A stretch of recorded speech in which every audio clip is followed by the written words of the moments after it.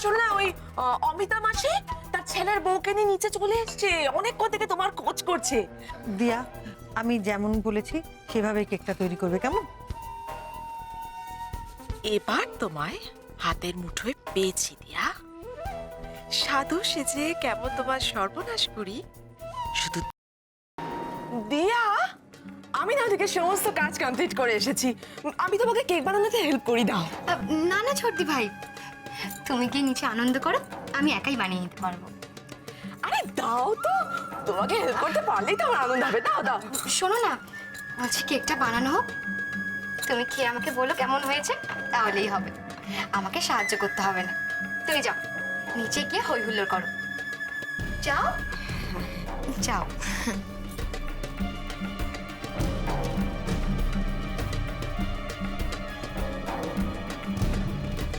ধুর বাবা, আমাকে তো কেকের ধারে কাছেই ঘেঁষতে দিচ্ছে না। কেকটা নষ্ট করব কিভাবে? অন্য কোনো প্ল্যান ভাবতে হবে। নিহারিকা ব্যানার্জি, মাথাটা খাটাও, মাথাটা খাটাও।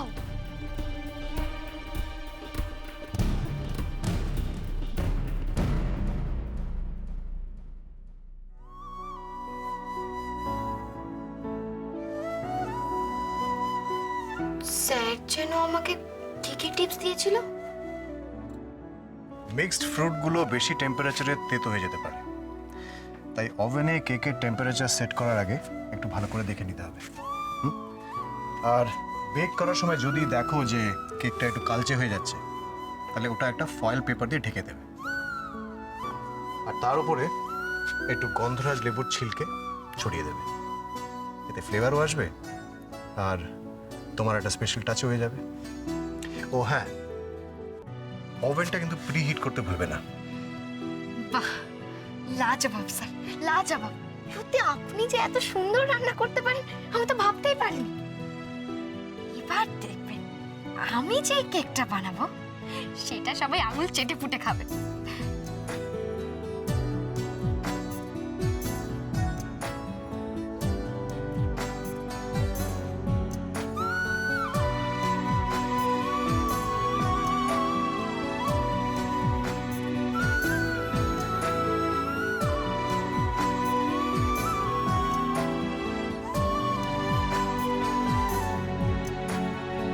বড়দা ভাই তাকা না, মেজদা ভাই, মেজদা ভাই, মেজদা ভাই তাকা। আরে নিখিল, কি হচ্ছে বলতো এটা? কি?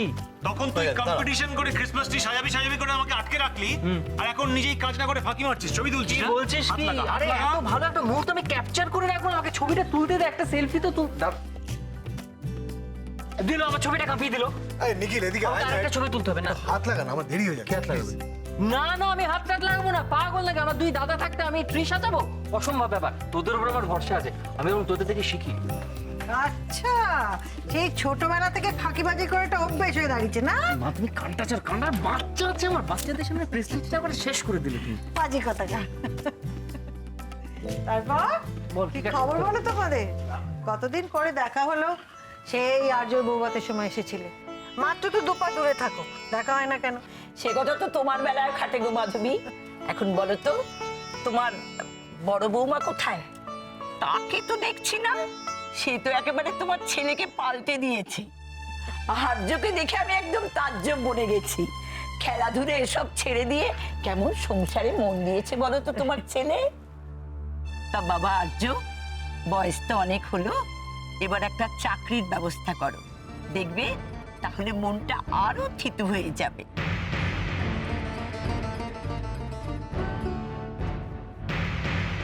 মা, তুমি কাকিমাকে নিয়ে ঠাম্মির কাছে যাও না। ঠাম্মি অনেকক্ষণ বসে আছেন, আপনার সঙ্গে কথা বলবেন বলে। মা যাও না নিয়ে। হ্যাঁ চলো, মায়ের ঘরে যাই। বাতের ব্যথায় বড্ড কষ্ট পাচ্ছেন, বেশি হাঁটাচলা করতে পারছেন না। চলো, তোমাদের সঙ্গে তো গল্প করবে বলে মুখের আছে।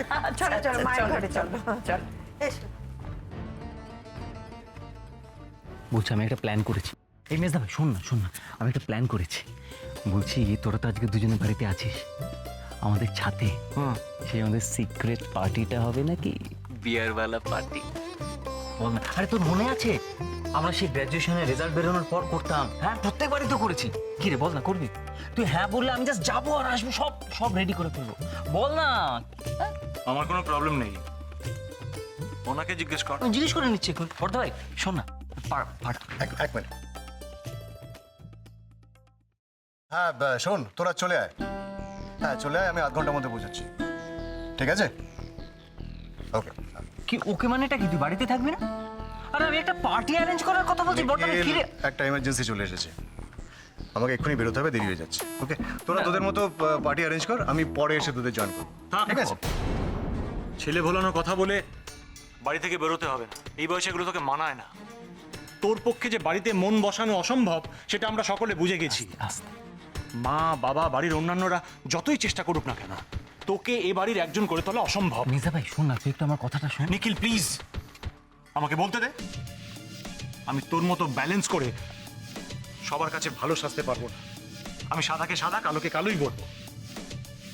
আজকে বাড়িতে এত বড় একটা অনুষ্ঠান, আমরা সকলে আমাদের কাজ কর্ম সমস্ত ব্যস্ততা স্যাক্রিফাইস করে দিয়ে এখানে রয়েছি, ক্রিসমাস ট্রি সাজাচ্ছি, আর ওকে আজকে বেরোতেই হবে। ওর আজকে সমস্ত ভাইটাল কাজ পড়ে গেল এক্ষুনি। রক্তিম, রক্তিম অ্যাভয়েড করতে পারলে নিশ্চয়ই অ্যাভয়েড করতাম, কিন্তু কিছু করার নেই, আমাকে যেতেই হবে।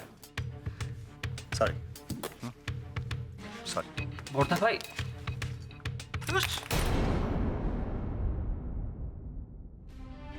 সরি বললি 7 খুন মাফ হয়ে গেল। বাড়ির সমস্ত লোককে অপদস্থ করতে না পারলে, অহেতুক সবার কাছে নিজের ইম্পর্টেন্স বাড়াতে না পারলে বর্দা ভাইয়ের পেটের ভাত হজম হয় না। সবাই এসে বলবে আর্য কোথায়, আর্য কোথায়, আর্যকে দেখতে পাচ্ছি না, তাহলেই দাদা ভাই খুশি হবে। এই জন্য আমি নিখিল, আমি এসবের মধ্যে থাকতে চাই না। তুই আমার কথাটা একবার শোন না। তুই নিখিল প্লিজ। সকাল থেকে আমাকে অনেকভাবে ডিরেক্টলি ইনডিরেক্টলি অনেক কিছু বুঝিয়েছে। তুই আর আমাকে দয়া করে কিছু বোঝাতে আসিস না। 3 ভাই মিলে ছোটবেলার মতো ক্রিসমাস ট্রি সাজাবো। ডিসকাস্টিং। মির্জা ভাই তুই তুই তুই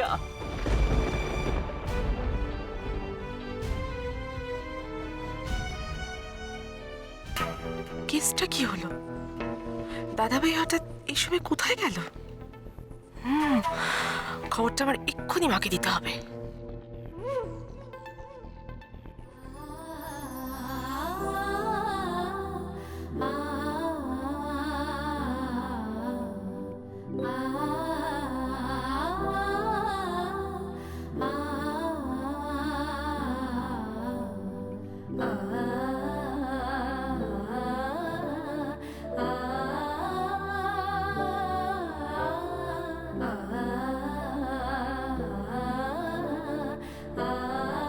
স্যার, আজ এই কেকটা আপনি নিজের হাতে মাকে খাইয়ে দেবেন।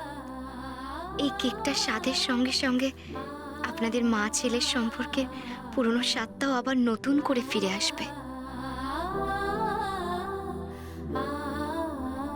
দিয়া, দিয়া, কি ব্যাপার বলো তো? আর্য হঠাৎ এই সময় কোথায় বেরোলো? স্যার বেরিয়ে গেছেন? কোথায় গেছেন উনি?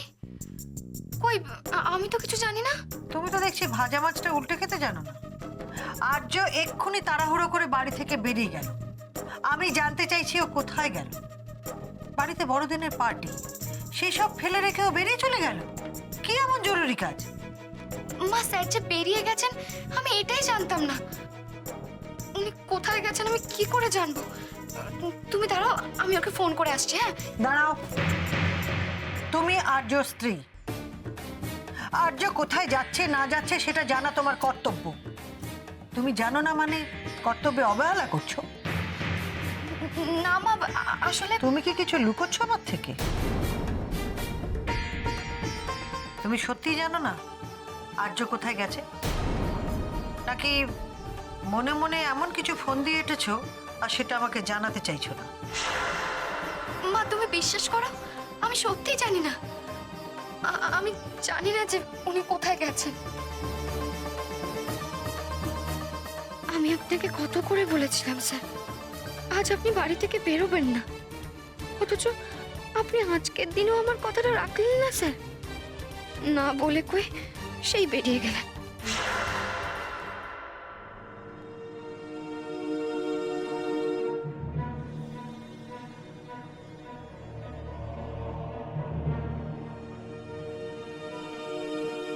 ফোনে তো বললো আধ ঘন্টার মধ্যে পৌঁছে যাবে,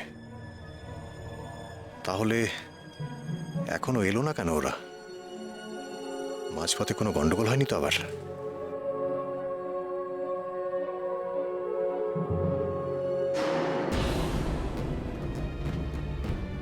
দাদা,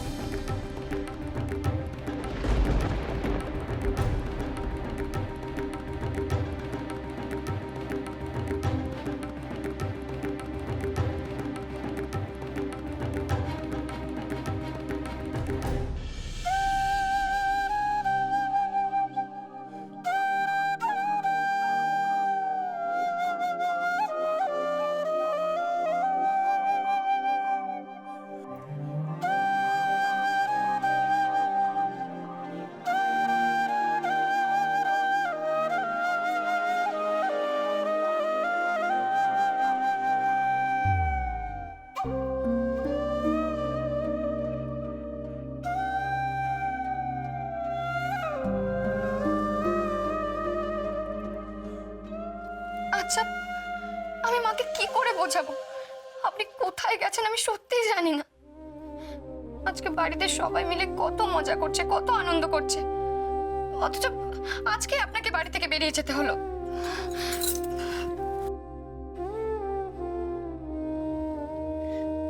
আচ্ছা, রোজ রোজ আপনি কোথায় যান বলুন তো? কাল থেকে কতবার জিজ্ঞেস করলাম, কিছু বললেনই না। প্লিজ স্যার, প্লিজ এমন কিছু করবেন না যাতে মা কষ্ট পায়। প্লিজ স্যার, প্লিজ তাড়াতাড়ি ফিরে আসুন।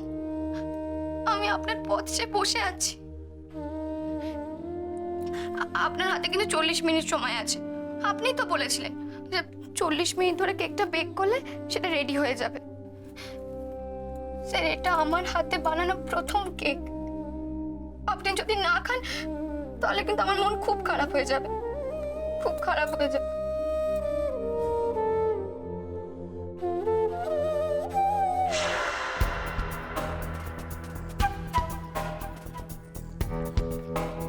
বেক করবে বলে কেকটাকে ওভেনে বসিয়ে তো দিলে দিয়া, কিন্তু ওভেন থেকে যখন কেকটা বেরোবে তখন সেটা কেক থাকবে না পোড়ার ডাল কে জানে।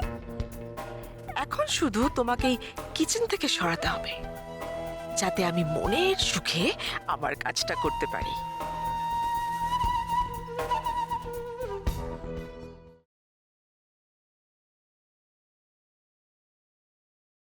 এই নাও তোমার বড়দিনের উপহার, দিয়া আর আমার তরফ থেকে। না ধরো। উপহার আপনাদের তরফ থেকে? আচ্ছা, দিয়া দিয়া কেন এলো না? দিয়া একটু ব্যস্ত আছে। ব্যস্ত? ও আচ্ছা, বুঝেছি, ও মনে হয় ওর প্র্যাকটিস নিয়ে ব্যস্ত, তাই না?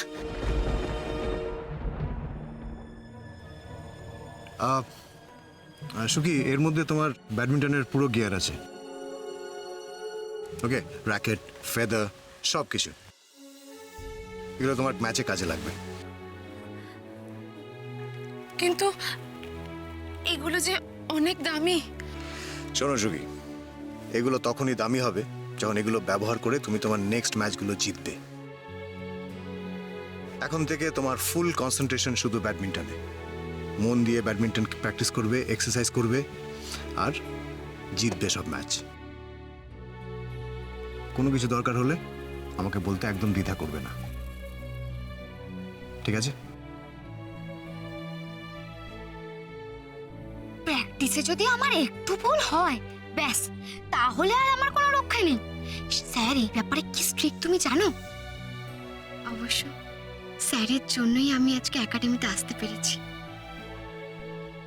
স্যারের আমাকে নিয়ে না অনেক স্বপ্ন, জানো তো। কি হলো, কি ভাবছো? না মানে বলছিলাম যে দিয়া এর পরের ম্যাচটা আবার কবে খেলবে, কার সঙ্গে খেলবে? প্রথম ম্যাচটা তো জিততেই পারলো না, তার জন্য ওর মনটা খুব খারাপ। হ্যাঁ, দিয়ার মনটা খারাপ। এই মুহূর্তে দিয়া ব্যাডমিন্টন খেলছে না সুখী। খেলছে না? কিন্তু সেটা কি করে সম্ভব? আজ খেলছে না ঠিকই, কিন্তু দুদিন পর দিয়া নিশ্চয়ই খেলবে, কারণ ব্যাডমিন্টনই ওর জীবন। ব্যাডমিন্টন ছাড়া দিয়া ইনকমপ্লিট। এনিওয়ে, আমি এখন আসছি। শোনো, তুমি কিন্তু সাবধানে থাকবে। মায়াঙ্ক শর্মা ওর বোনকে স্টেট চ্যাম্পিয়নশিপ জেতানোর জন্য কিন্তু মরিয়া হয়ে উঠেছে। ও কি উচিত কি অনুচিত কিচ্ছু খেয়াল রাখছে না। দেখলে না হুগলি স্মিতা সিনহার সাথে কি হলো? আমি কানুদার কাছে সব শুনেছি। ও বাই দ্য ওয়ে, তোমার নেক্সট ম্যাচ জানি কার সাথে?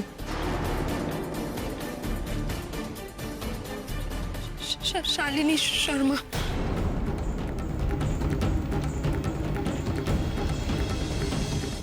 আশ্চর্য, ছেলেটা কোথায় যাচ্ছে কি করছে সেটা মা হিসেবে আমার জানার কি কোনো অধিকার নেই তেস্তা? মা, আমি আপনার খারাপ লাগার জায়গাটা বুঝতে পারছি মা, কিন্তু আর্যদা আগের থেকে এখন অনেক বদলে গেছে। সবাইকে চিন্তায় ফেলে আর্যদা 2-3 দিনের জন্য নিরুদ্দেশ হয়ে যায় না কিন্তু মা। ঠিক সময় বাড়ি ফেরে, সবার সাথে এক টেবিলে বসে খায়। কিন্তু এটাও তো সত্যি, এত কিছুর পরেও আর্য ব্যাডমিন্টনকে ওর ধ্যান জ্ঞান বলে মনে করে। না না, এইখানেই আমার ভয়ের কারণ তিস্তা। আচ্ছা আচ্ছা, এই দুদিন আর্য ব্যাডমিন্টন একাডেমিতে যায়নি তো? ব্যাডমিন্টন একাডেমিতে কেন যাবে মা? দিয়াই তো এখন আর ব্যাডমিন্টন খেলছে না। দিয়া আজ খেলছে না, কিন্তু ও যে আর কোনোদিনও খেলবে না তার কি কোনো গ্যারান্টি আছে দিভাই? নিহার, আর্যদা মাকে কথা দিয়েছে। কথায় কি বলে জানো, প্রমিস ভাঙা হবে বলেই কিন্তু প্রমিস করা হয়। কে প্রমিস ভাঙবে? আর্যদা? দিয়া? কোনোদিনও না। ওরা নিজেদের মনের উপরে পাথর চেপে রাখবে, তবু কথার খেলাপ কোনো দিন করবে না। মা মা, আমি বলছি কি, আপনি ওদের ওপরে অকারণে রাগ করবেন না। আজকে বাড়িতে একটা অকেশন, আত্মীয় স্বজন সবাই বসে আছে, আপনি এখানে রাগ করে থাকলে হবে বলুন তো? আপনি চলুন, নিচে চলুন। না না তিস্তা, আমার ভালো লাগছে না। তুমি যাও ওনাদের সঙ্গে কি কথা বলো, আমাকে একটু একা থাকতে দাও, যাও। মা, আমার কথাটা শুনুন, আজকে বাড়ি আমি আত্মীয়স্বজন আছে, আপনি চলুন না, একটু আমি ঠান্ডা মাথায়। বলছি তো আমার ভালো লাগছে না। মা, এরকম কেন করছেন মা? শাশুড়ি বউয়ের এই মান ভাঞ্জনের পালা যত বেশিক্ষণ ধরে চলে ততই মঙ্গল। আমি বরং যাই, এই ফাঁকে যদি দিয়াকে রান্নাঘর থেকে সরাতে পারি তাহলে কেল্লা ফতে।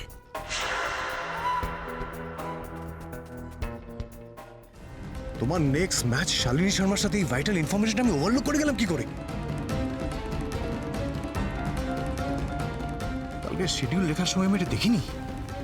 তুমি তো ঝাড়গ্রাম থেকে খেলছো, মানে পশ্চিম মেদিনীপুর, তাই তো? হ্যাঁ, শালিনীর নেক্সট ম্যাচ তো পশ্চিম মেদিনীপুরের সঙ্গে।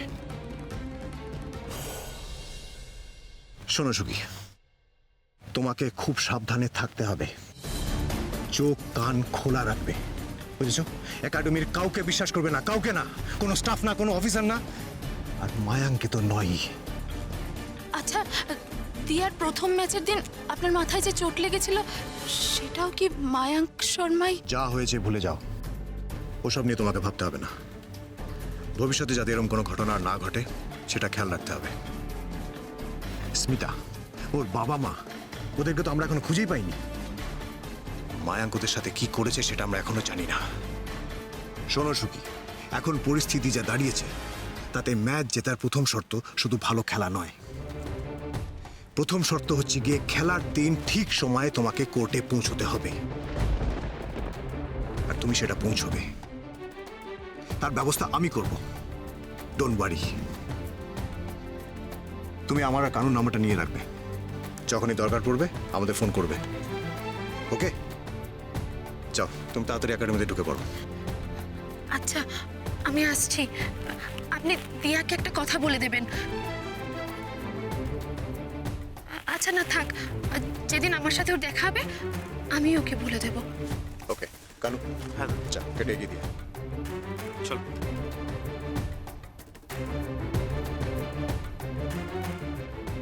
সুখীর সঙ্গে কোনো অন্যায় হতে দেব না আমি। মায়াঙ্ক শর্মা, তোর মুখোমুখি হওয়াটা বোধ হয় তোর আর আমার দুজনেরই নিয়তি।